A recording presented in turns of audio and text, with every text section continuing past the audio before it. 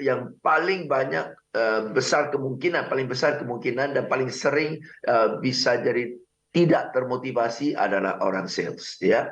Karena yang lain, pekerjaan yang lain kan tidak terlalu menghadapi penolakan dari manusia gitu loh, ya. Ini ditolak oleh manusia loh, di-reject oleh manusia satu hari berulang kali.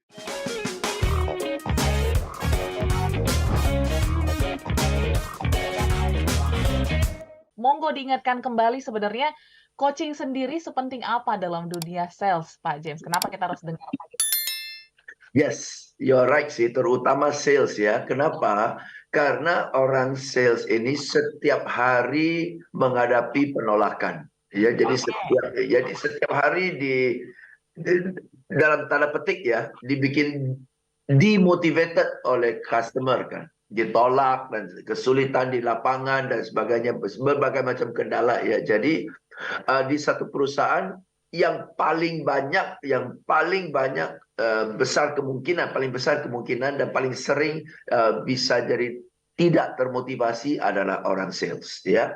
Karena yang lain, pekerjaan yang lain kan tidak terlalu menghadapi penolakan dari manusia gitu loh, ya. Ini ditolak oleh manusia loh, di-reject oleh manusia satu hari berulang kali. Kalau face to face pun ditolak, by phone pun ditolak, texting pun ditolak. Betul kan? Jadi they face the most number of rejections, maka the most likely to be demotivated, betul kan? Nah, maka dari itu sales lah orang-orang yang paling perlu diselamatkan ya. Jadi coaching itu bisa lakukan dua hal. Coaching itu bisa kurang lebih melindungi mereka dari demotivate ini. Atau kalau sudah tidak termotivasi atau sudah kempes, coaching itu bisa berfungsi untuk mengangkatkan mereka kembali. Oke, jadi bisa dikatakan coaching ini sebuah solusi ya, Pak Yes, James ya, untuk para sales ya. betul sekali. Aha. Nah, bicara tentang coaching, mungkin kalau semua listeners lihat flyer gitu ya, yang disampaikan oleh Pak James itu kan sales leader have must this technique gitu ya. Kenapa harus sales leader? Apakah memang sales leader lah yang memang apa ya, menjadi coach gitu ya untuk para sales ini atau seperti apa sih Pak James? Karena sales leader kan obviously dia bertanggung jawab atas anggota timnya kan ya. Oke. Dan kalau anggota tim ada masalah, dia mau lari kemana? Ya Ya. kan? Dia mau lari kemana? Dia mau nggak mau harus lari ke leadernya kan? Ya. Jadi akibatnya sales leader harus tahu memiliki teknik sales coaching ya. Dan ajaibnya hampir 80% sales leader tidak pernah diajarkan sales coaching. Tetapi mereka harus membina tim salesnya sehingga tim salesnya termotivasi dan capai target.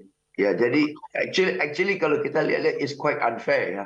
Sales manager dikasih tugas, dikasih tanggung jawab untuk ya capai target, tapi dia nggak pernah diajar coaching. Ya.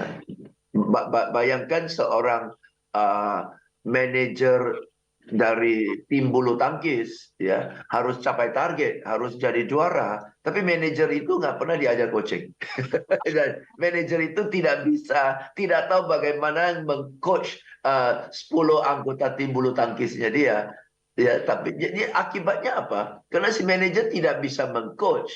Yang ada dia berusaha memotivasi dengan kata-kata dan dia hanya bisa tagih hasil kan. Hari ini berapa? Yuk teman-teman lebih semangat, kok ketinggalan sih, lebih semangat.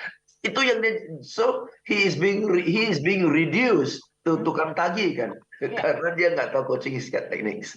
Sedih sih. Oke.